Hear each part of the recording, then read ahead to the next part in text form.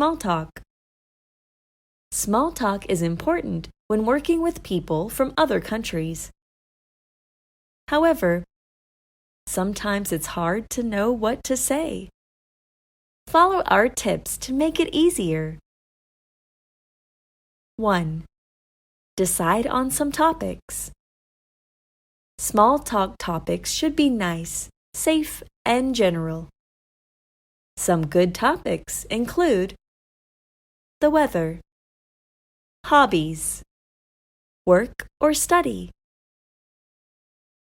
2. Choose questions for each topic. Some good questions for each topic are as follows. Weather.